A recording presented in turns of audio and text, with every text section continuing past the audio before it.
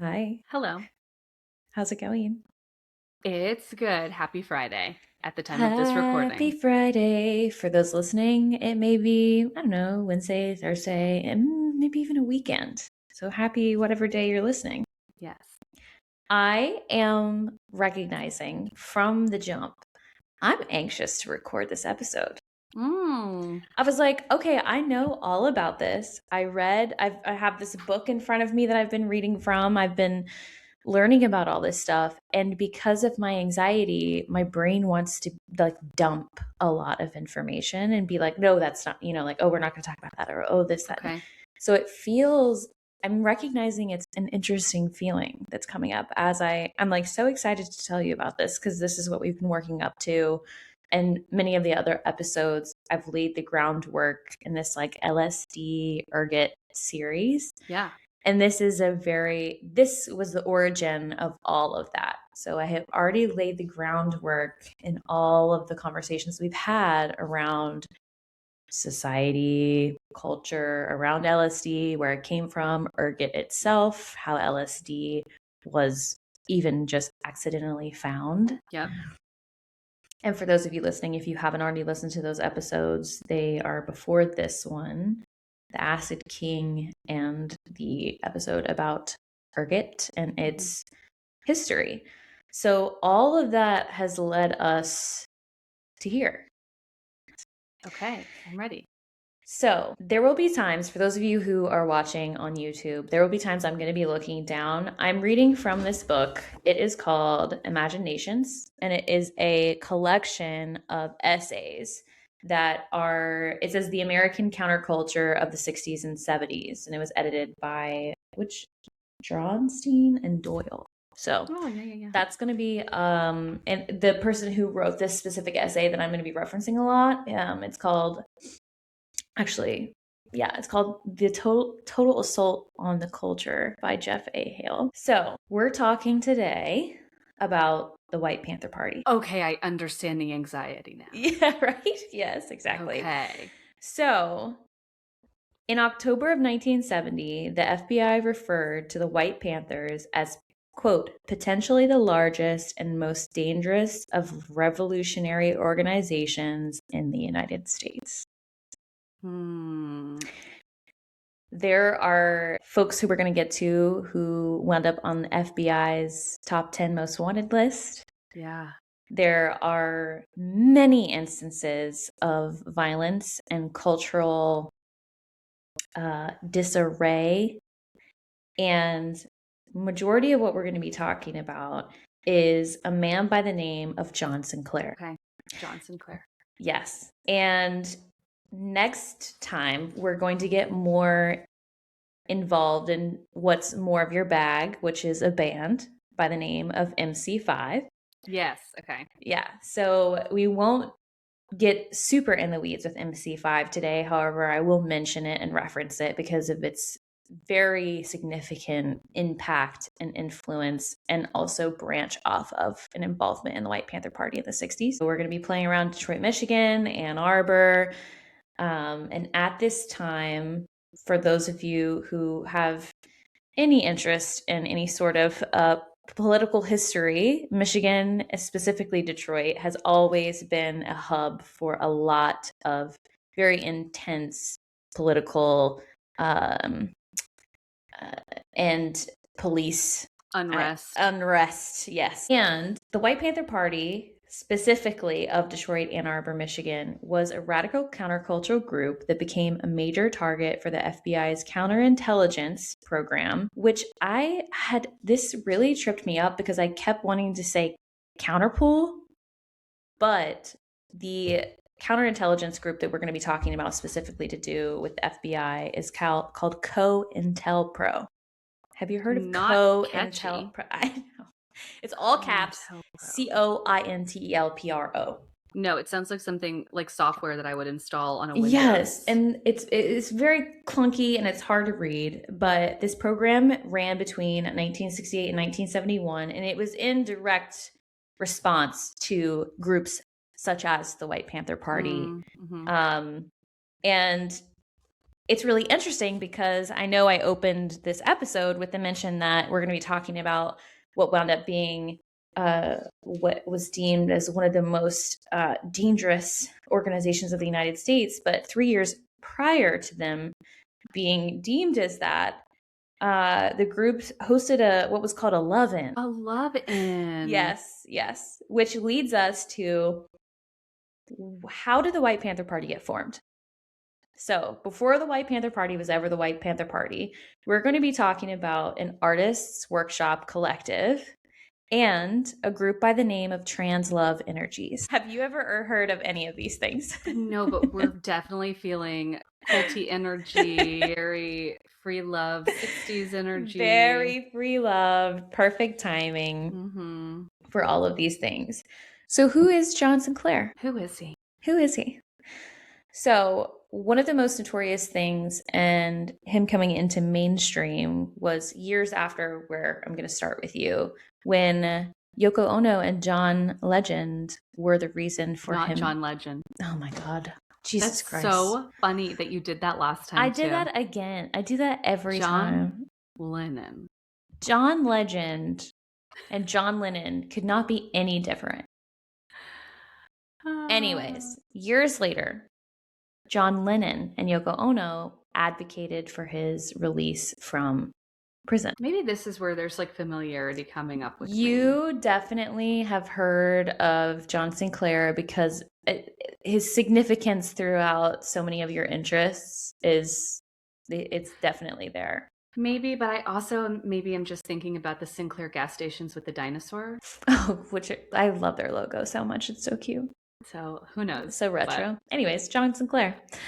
So he was born in Flint, Michigan in 1941 and came of age in like the Midwestern environment that on the surface obviously reflected the stability of the post-war America, which we've been referencing quite a bit throughout the last several episodes.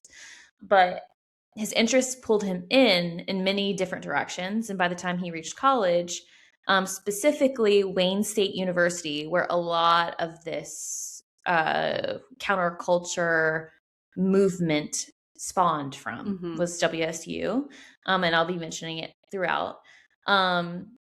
He had already, before he even got to WSU, he had already been on kind of like this fringes or edges of culture, and he was really drawn to beat writers. And he was very involved in the jazz scene and all throughout Black culture and a lot of different spaces, specifically in and around Detroit, where Black artists shared and expressed themselves. And he was very inspired by the way that they moved through the world. So art for Sinclair was not decorative to him. It was a way of accessing something that was more real and connected to self, and was a direct contradiction to mainstream society and what it had to offer, the collective whole and people just in general. And to him, that society increasingly felt restrictive, artificial, and pretty emotionally flat, which, I mean, I can definitely resonate with. He's an artist. He's an artist. He's yeah. So when Sinclair moved into deeper Detroit underground scenes in the early 1960s, he didn't try to necessarily change that society at all. So he very much so didn't like infiltrate and then try to bring in his own stuff. It feels like he collectively was inspired and then brought that inspiration outside of that space, which I have been having feelings throughout all of this. And I'm not going to include them today. Okay. And I'm going to really just tell the story of John Sinclair and the White Panther Party. And I'm going to leave everyone up to their own kind of feelings and interpretations. And Heather would love to, if whatever feelings come up for you throughout this, obviously share. Okay. But now, does his race matter to us at all in this? Yes, he's white. Yes. He is white, and a lot of his inspiration and involvement with counterculture and his inspiration came from Black culture and Black music. As it tends to do. Yes. And this is no surprise to anyone. It's like, okay, this is traditionally like, so this has happened throughout our society forever and always. So as he was inspired by black jazz musicians in like underground Detroit, he helped develop his own artist's workshop. And I say his own, it was really a collection of artists who all were about on the same level, and throughout this whole thing, it's like it is stated again and again that throughout this, it's like, okay, we're all equal. But for over the years, John Sinclair was obviously the main person in all of this movement, and his arrests would really stir up and help dismantle the White Panther Party. Okay. So before you even get to the White Panther Party, they formed a group of folks who all counterculture artists formed an artist's workshop. So he and others created this space to write poetry and read poetry, play jazz, and experiment through art and exist in their own terms. And it was a tightly knit environment, one that circulated through word of mouth and drew people in who had already shared a certain sensibility and similarities and believed in certain things, obviously, and self-expression. So to no surprise, weed and psychedelics were obviously a big part of this world. Sure. Yeah. And as we already know, and why we're here, LSD has a huge part in this. Not as political tools, but as an extension of creativity and connection to self, connection to others. And the goal was not ever like outreach.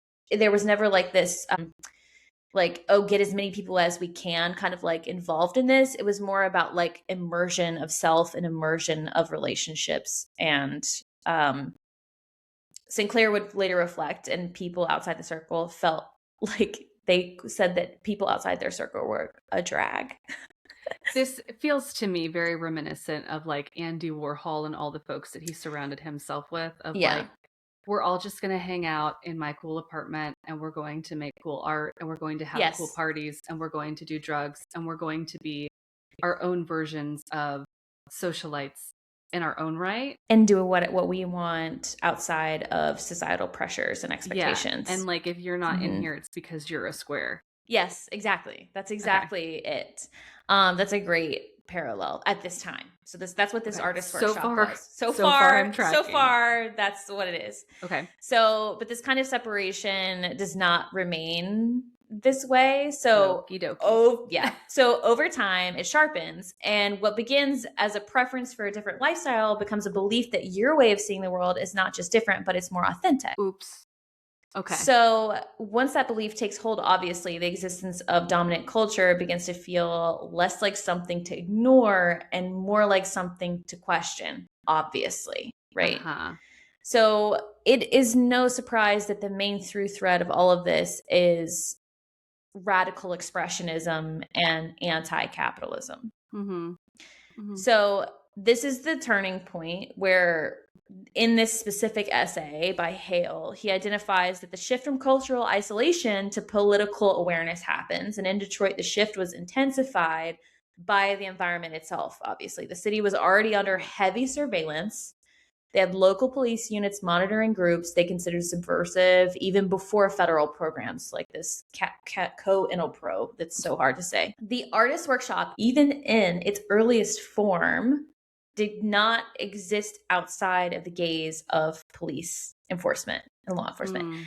So even as an artist's workshop, they were being watched and paid attention to. Jeez. Yeah.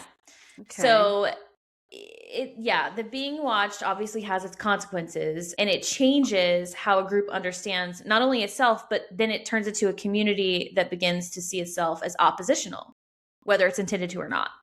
It's so funny that it's just a group of people trying to find something that brings them joy, and it's like, a group has gathered. Yes, they must be up to no good. And the group specifically was about, and this is so funny, where is this quote? I underlined it, and we might get to it a little bit later, but it was basically like, nothing surprising here. It was basically like, what we're here for is to love ourselves, one another, to do drugs and have sex in the streets.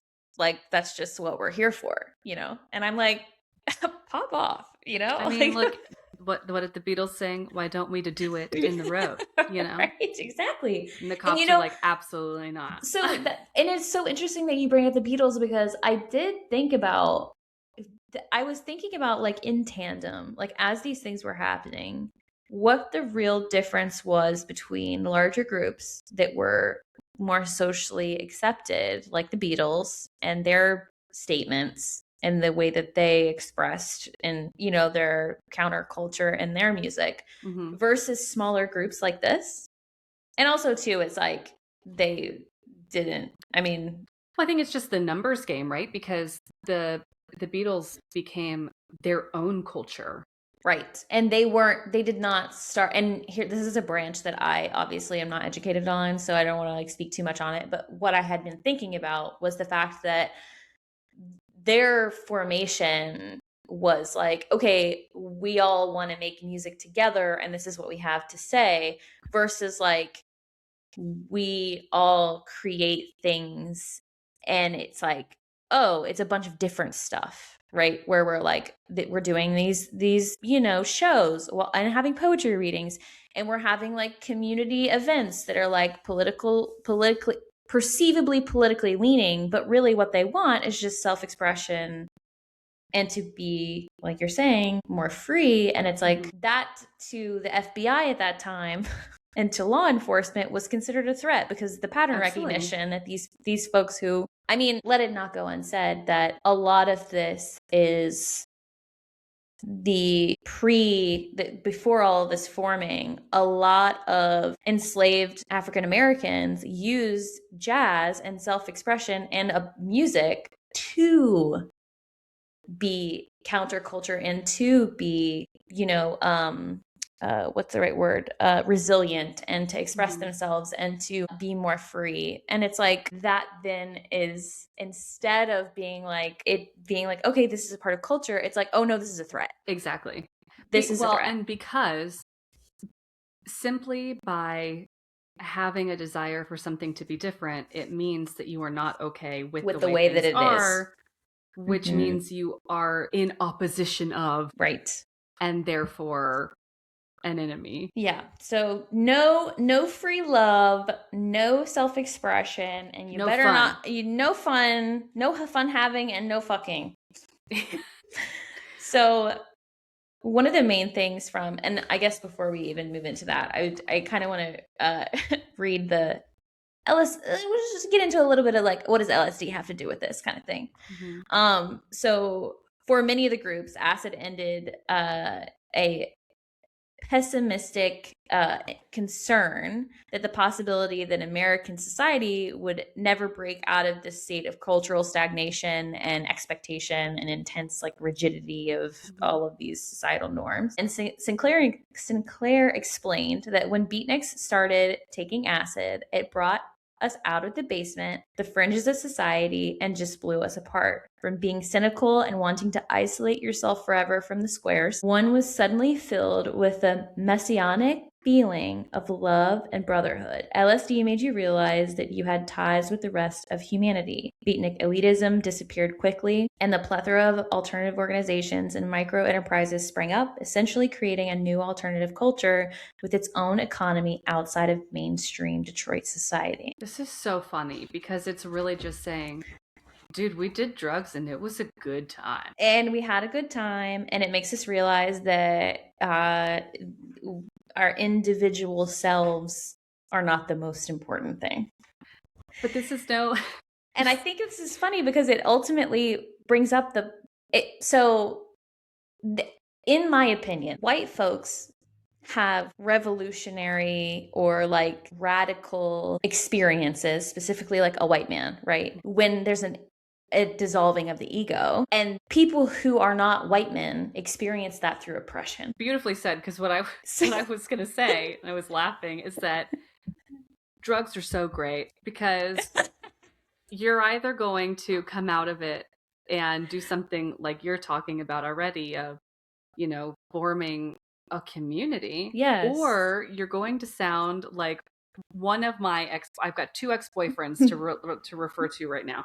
One of them liked to drop acid and listen to, I remember the one story he told me about was a Tool album had just come out at that time, and he was like, dude, I just laid on the top of my car and listened to that Tool album, and it was, I mean, like, I could see it, and then I had the one that liked to drop acid before he went on hikes, and one time he almost stepped on a snake, and it felt like a whole other world because he was like not in the mindset to react quickly to this snake that was right under his foot. And so you have those folks doing acid, and then you have these folks doing acid. Well, what I thought you were going to bring up, which also there are a couple mentions in here of other participants and other people who, like we've talked about before in other episodes, where you're mixing LSD with other substances, or you're taking LSD and you already have predisposition to some sort of mental instability. Mm-hmm. And so what I thought you were going to say was, or you go and kill someone. Like, you know what I'm saying? Or it's like you it's laced with something like PCP, or right, like we talked about with your case with the two guys who want the Judas Priest episode, where they ultimately took their own lives, unsuccessful. Anyway, you can just go listen to the episode, but it's really good. That one is the Judas Priest episode, but it definitely is it's either going to unlock your artistic abilities or your killer instincts. And there's a lot of nuance in there, and there's a lot of variety. That's what the DARE program meant to say. They just made it too complicated. They made it too complicated, and I think that it's a spectrum, right, of like what you are already doing to take care of yourself and what your environment is. There's so many things I could say here, but I digress. That could be a whole other episode that we can have that conversation on. So we've talked about the artist workshop. So how do we get to this other organization that gets formalized called Trans Love Energies? So the limits of this like insular culture were becoming very clear with the artists workshop. So for all of its creativity, the scene remained small, circulating among people who already belonged and who already knew each other. So if the goal was truly to reshape culture, which they had then transitioned into wanting to be more impactful culturally. So in order to do that, they were like, okay, well, it isn't enough to exist just apart from the mainstream. So obviously the mainstream would have to be confronted. So out of this realization came a new phase of the group, one that moved beyond the artist workshop into something more expansive and more ambitious. And that is what is referred to as Trans Love Energies. So from around 1967, Trans Love Energies was a less formal group than a communal collective. So it brought together artists, activists, and musicians into a shared living and working environment, blurring the boundaries between daily life and political intention. So over the years, it just kind of like transitioned over into a communal group that was like almost like a hub. So imagine it's a hub for both. It brings in activism. We've got concerts going on. They're living together. There's all these artists. They're doing all these different things, that artists do. Trans Love Energy, of course, because especially current days and time, you're thinking Trans Love Energy. Obviously, we're talking about trans people. That is not what this is. The first time I read it, I was like, trans love, like loving trans, I was thinking like transmutation, and that was my second. I was like, wait, no, that doesn't make sense. And then I was like, okay, trans, like transforming, whatever. The name Trans Love Energies, it was named after a line in a song by folk rock artist Donovan, urging listeners to fly Trans Love Airways to get you there on time. And then the song was later popularized in live performances by the Jefferson Airplane rock troupe. Love Jefferson Airplane. Yeah. Mm-hmm. So the creation of Trans Love Energies during the first half of 1967 owed much to two simultaneously occurring phenomena: the arrival of LSD and the flower children. So now we have this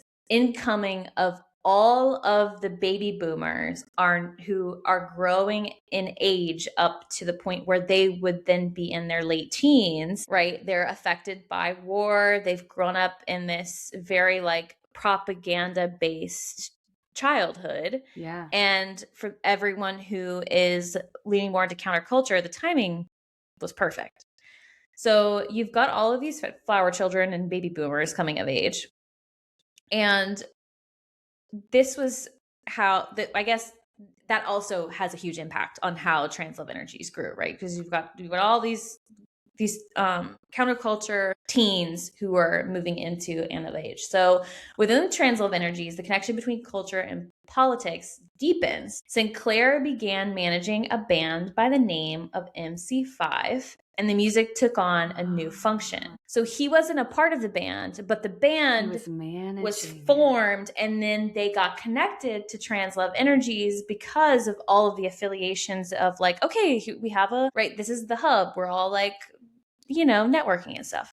Okay. Yes. Okay. So he started together. Yes, in my brain. Together. So he was managing the band. So the band itself, we're gonna have a separate episode for. It had its own members and it had its own life form and its own storyline in tandem with what we're gonna be talking about today. So it was no longer just an expression of the scene. It became a vehicle for reaching beyond it. So MC5, which again we'll get into later, was the thing that helped propel their political activism and trans love energies into more mainstream society. And I guess not society, but more like MC5 became the bridge between teens and young adults who didn't care about politics, right, who were like, I don't give a fuck about new age or new leftist agenda. I don't want to have anything to do with politics. I'm here to like have a good time and be counterculture, and I don't care about all that stuff. Yeah. And trans love energy's goal was to help kind of like politically educate those groups of people who were drawn to rock and metal bands. Mm-hmm. It's like the Rock the Vote campaign. A little something like all like these that. Local musicians and stuff that are like, no, it's cool to care. It's cool to care. It's cool to care. So concerts wound up turning into gatherings where sound, identity, and ideology all merged together, and it offered glimpses into how counterculture might scale outwards and become more of a monumental movement, right? Okay. So at the same time, the group's relationship to drugs also evolved. So what had once been a part of the background of now moved into the center. So they referred to drugs, specifically marijuana and psychedelics, as quote unquote dope, but in a deliberately positive, almost reverent sense. So they are reclaiming the word dope from this, this culture of like dope is bad, dare programs, and like just say no, right? So LSD in particular came to be understood as more than an experience, but as a tool. So they referenced LSD as one of the main bridges for people to, like we were talking about, right? Where you then understand you are part of a greater group and you are part of humanity. So the logic behind the shift is essential to the grasp of the entire the timeline of trans love energies and their relationship to both drugs and music. Yeah. So members of trans love energies began to argue that systems like capitalism and racial hierarchy were not sustained only by laws or institutions, but by the ways people had been conditioned in their own brains to think. Sure. And I'm like, yeah, of course. Out. So if those systems depended on internalized beliefs, on habits of perception, changing those perceptions became a political act. LSD, in their view, disrupted those habits. Yeah. Right? You could sort of unbrainwash yourself against like microaggressions and Yes. Okay. All right. So, sure. Right? So it broke down rigid categories, challenged authority at the level of experience, and opened the possibility of seeing the world differently. In that sense, it offered a kind of shortcut to liberation. I have a question you might not know the answer to. Do you know how they were getting their hands on so much acid? Well, this goes back to the last episode when we talked about ergot and the kind of like the discovery of LSD. Oh, well, I guess those were two separate episodes. This goes back to the episode about the discovery of LSD, is that when LSD was deemed illegal, it took like about a year or two from the time that it was deemed illegal to then hit the mainstream underground like drug market, Right. and then be mass produced. Okay. Because I was So wondering if they were like making their own or I what, would because it sounds like imagine, they have to have kind of a big supply of it to be well, all using it so much. at this time, and specifically in this area, it was very well available. And it was like, now you can't get LSD, and it's like, I'm going to say like purest form. Yeah. You're not going to get like really good LSD at probably like at all. I mean, I was going to say easily. It is hard to come by the type of LSD. And again, I don't know as much about this as I'm sure a bunch of other people do, but I do know that now, because like many other drugs, it's been infiltrated. It's cut with a bunch of stuff. There's fentanyl involved. There's all these different drugs, and unfortunately, it's become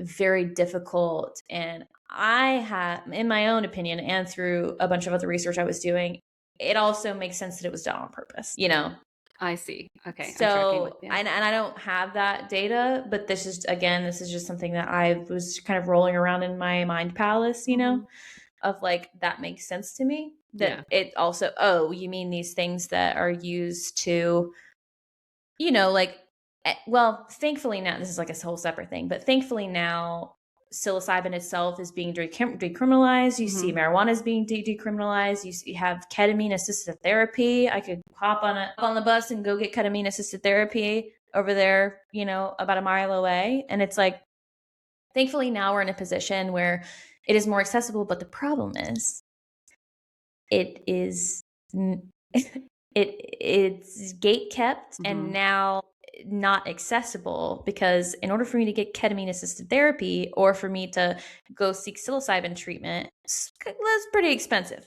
The last person I talked to that did a psilocybin retreat spent about $8,000. So yeah, it's like big pharma has their hand in even the drug, like the real recreational drugs now. Yeah, and it's of course profit over people, and we all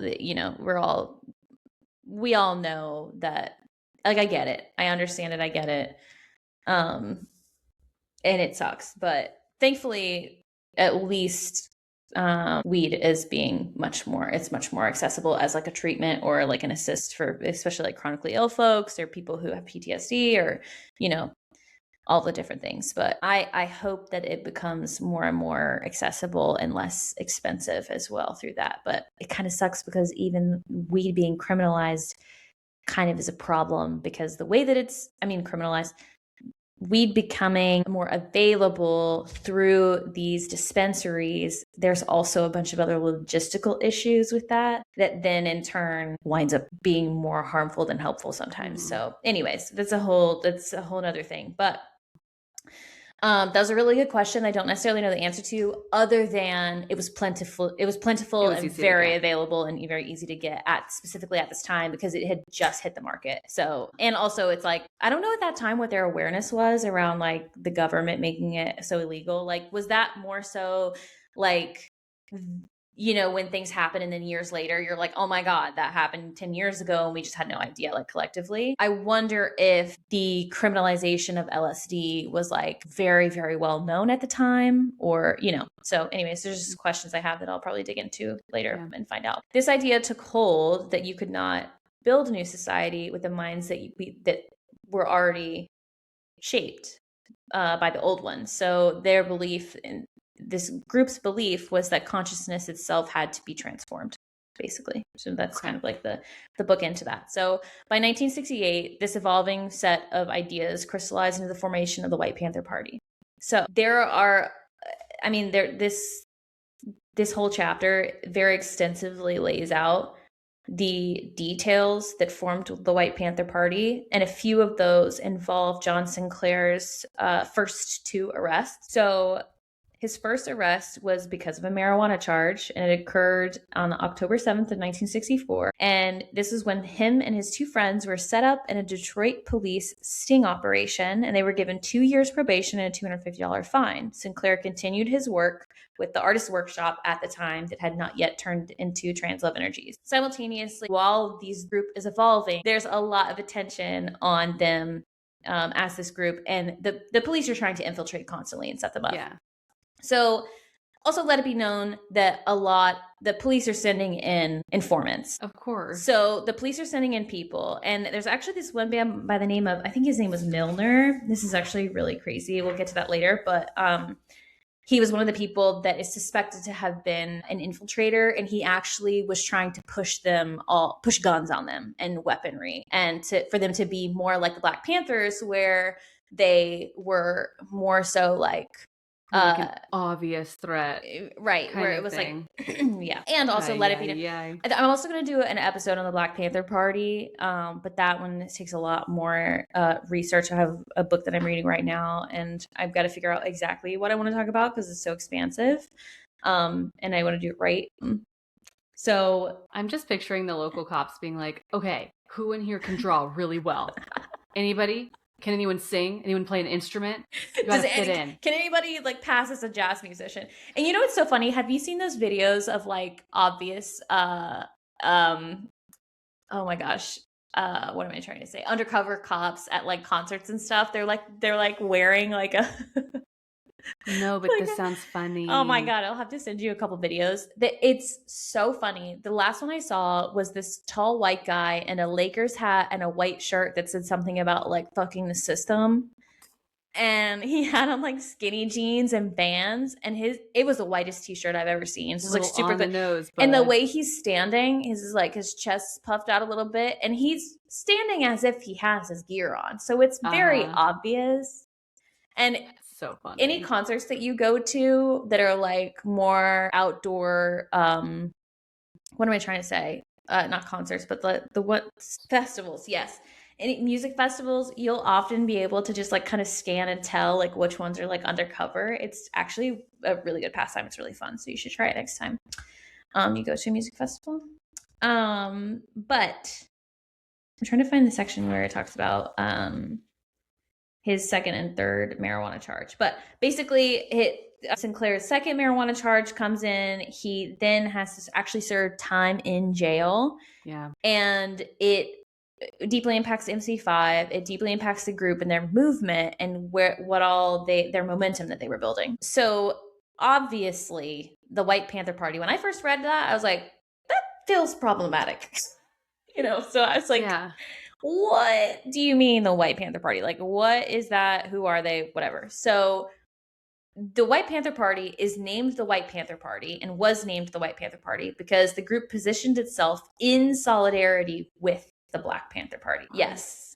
So it wasn't a counter to, it wasn't it sounds it like does. It does. They were in solidarity with the Black Panther Party, and but the context to this is that at the time, especially after Martin Luther King's assassination, the Black Panther Party had already been calling for white folks to get the fuck with the program and to come in and be allies. And then especially after Martin Luther King's assassination, they were like, okay.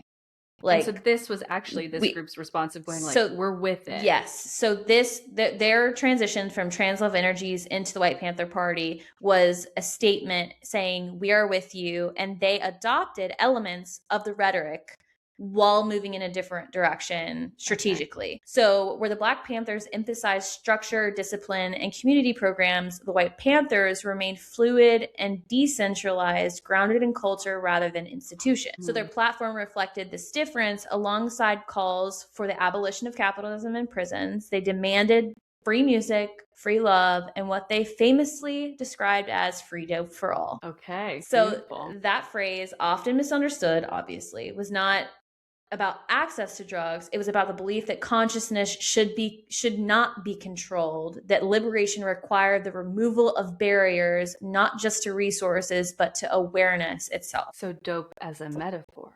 Yeah, both as a metaphor and an actual tool to liberation. Yeah. So in practice, the White Panther Party operated through experiences rather than their hierarchy. So music venues, communal spaces, and shared drug use became the infrastructure of the movement. So LSD functioned as both an ideological foundation, like we're talking about, and a social bond, reinforcing a sense of collective identity among participants. But the very qualities that made this approach feel expansive also made it unstable. Womp womp. Right. So, without clear structures and long term strategies, it was difficult to sustain momentum or respond effectively to pressures such as law enforcement agencies who were obviously trying to dismantle their operations.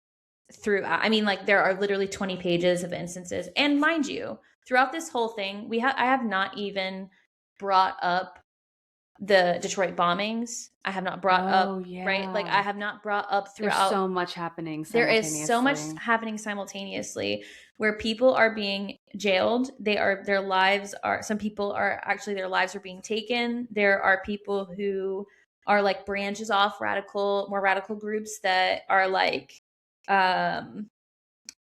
unfortunately doing things like bombing places and, like calling for like deeper, further violence. And so among the escalation, it's already destabilizing for groups. Yeah. Like to be in such an environment where everything is so destabilized. And so obviously this is like, it's already hard to maintain a group, I would imagine, through all of this distress. And so law enforcement agencies who were already wary of the intersection of all of this drug use and the radical politics, they began to treat the White Panthers as a serious threat. So this is when we start to see that transition over into where we started, where the FBI is like, this is one of the most dangerous groups in America. Mm-hmm. So through programs like we mentioned, that counterintelligence program, the surveillance of the White Panther Party intensified, and the group was at times described, as I stated, as one of the most revolutionary and dangerous organizations in the country.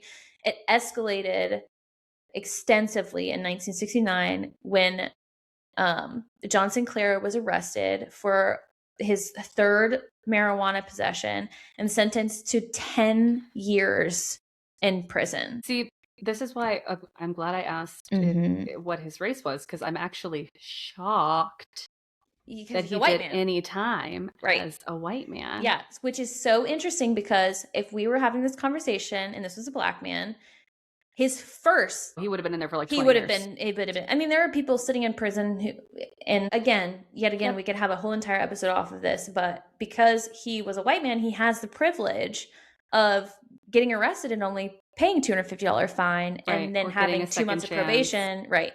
So then his second arrest was, I think, like a year and a half ish. I'm just trying to find it in here. I can't find, I can only see his third, but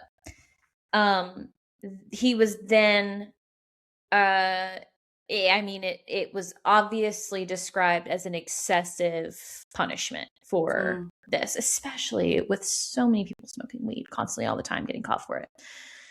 So his imprisonment drew national attention, and it sparked a wave of support, including from figures like John Legend, ladies and gentlemen, John Lennon and Yoko Ono. Yes. Mm-hmm. But it was also exposed to the vulnerability of a movement built more on shared energy than institutional resilience. So among the key players in his the attention drawn to his case, especially later on, I love Jane Fonda. I'll say, as the daughter of a Vietnam vet, I have mixed feelings.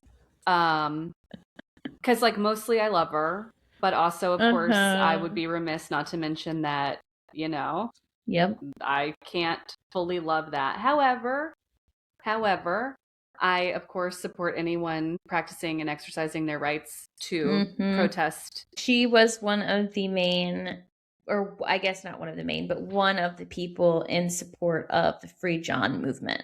Mm-hmm. So it emerged what later on became a CIA conspiracy trial defense. Yes, it's called the CIA tried to get further involved and tried to pin the bombings of a police station on members of the White Panther Party.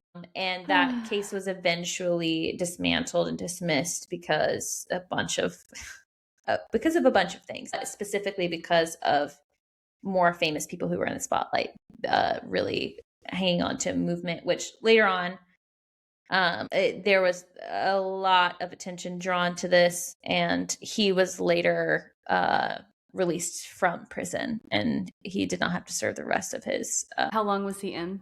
I'm trying to find that, and I'm like, okay, I think I say it later on. It was a few years, but I can't. So maybe like half the time. I'm like, no, it was less than half. I think it was like 3 to 5 years, because it gets really confusing, because what's happening at the same time is this trial trying to also find one of the co-founders, the White Panthers, Plamondon was his name, where he had to actually go into hiding. And he actually wound up going into Europe, and he actually wound up spending time with another member who was actually a member of the Black Panther Party, who also had to go into hiding and had fled to Europe so that they were not imprisoned, and ultimately I can't imagine all the things that were also done to them. I find it hard to believe that they were just thrown in a jail cell, I'll say. Oh, yeah. Yeah. Which I have, obviously, I'm not going to speak to that, but I will not let my imagination run wild there, but I can only imagine. In later reflections, Sinclair did not describe the White Panther Party as a traditional political organization, but instead he framed it as a cultural movement in an attempt to merge music, drugs, and revolutionary politics into a single way of living. In his recollection, or in his reflection, when he refers back to this movement, it was as much of an expression of a movement as it was a strategic effort. So it was driven by belief, immediacy, and a conviction that transformation was possible, but it lacked the structure needed to sustain the conviction over time.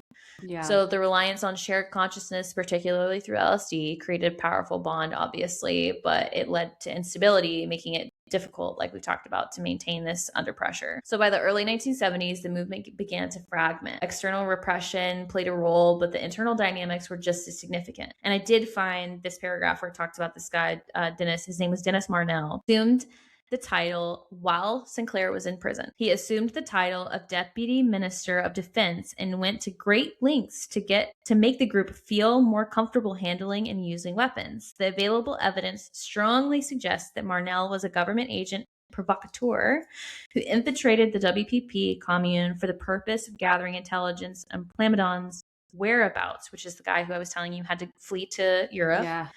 And possibly setting the group up for future arrests. So one of the White Panther Party's members scared him off, and infiltration along the lines was a common co-intelpro tactic during this period. In any event, Marnell was scared off. But yeah, so...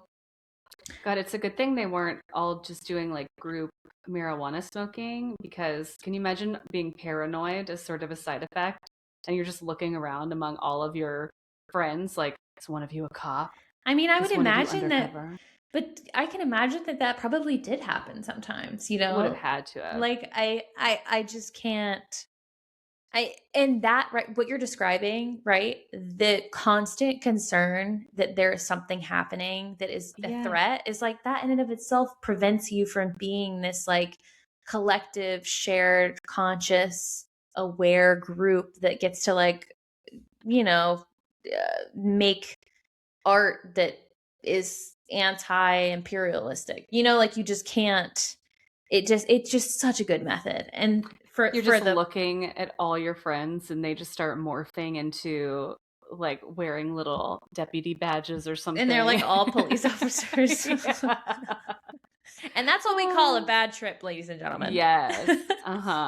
So a movement that had grown out of a tight subculture struggled to expand into a broader political force, and its methods proved difficult to scale or stabilize. What remained, however, was not simply the story of the rise and decline, but a clearer understanding of what the process represents. The White Panther Party emerged from a sequence of transformations, a cultural scene that withdrew from mainstream society, a communal collective that eventually fused lifestyle with ideology, and finally a political movement that attempted to turn culture itself into a weapon. At every stage, LSD was not incidental but central, shaping how its members understood both the problem they faced and the evolution, both the problem that they faced and the solution that they pursued.